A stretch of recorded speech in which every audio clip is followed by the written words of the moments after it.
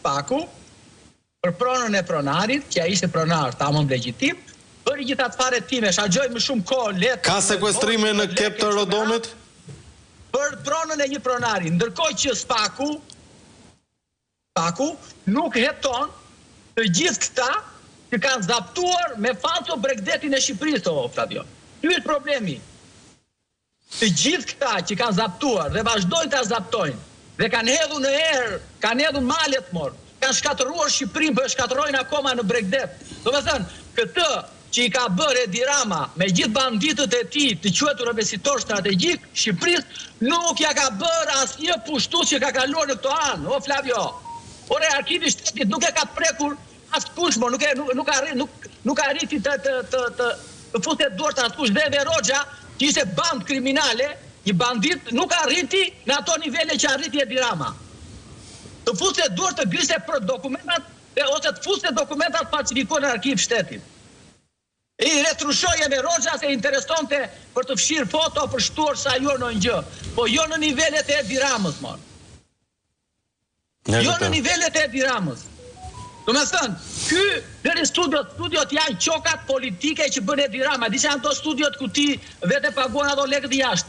Janë korupcioni politik, si ato studiot e arkitekturës, pra që bëjnë në këto Kryemreja, që ka njohur në për Shqipëri. Janë qokat politike, studia belge. Di që është studia belge, porti që i thoshë Rama për Vlorën, është korupcioni që bënde Michel, ish kryeministri i Belgjikës, sepse ajo ishte lidhur me kryeministrin, ose Voltalia në Shqipëri. Di që është Voltalia,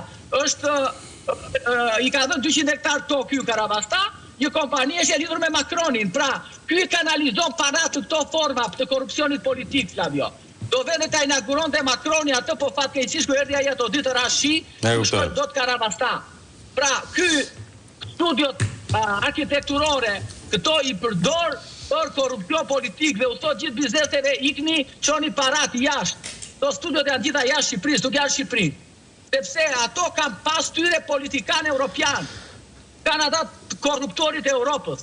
E kupton apo jo? E qartë. Dakor, faleminderit. Juve, Flavio, ti ke fatin që ta ke plugun, mundet të bësh një investigim të studiove arkitekturore të Edi Ramës dhe të kuptosh aty kush janë pas studiove. Voltalia në kete plugu, sigurisht. Për këtë fletë. Po. Që është duke në komendatë në qytetë. Është gëgja e më interesant, Sara Resuli. Po, Cakani, të lutem, ta gjëjë të fundit nga Cakani. Do parat për te Macroni. Këto janë, sepse ai s'mund të çojë me parat valigje në Elizeu, Flavio.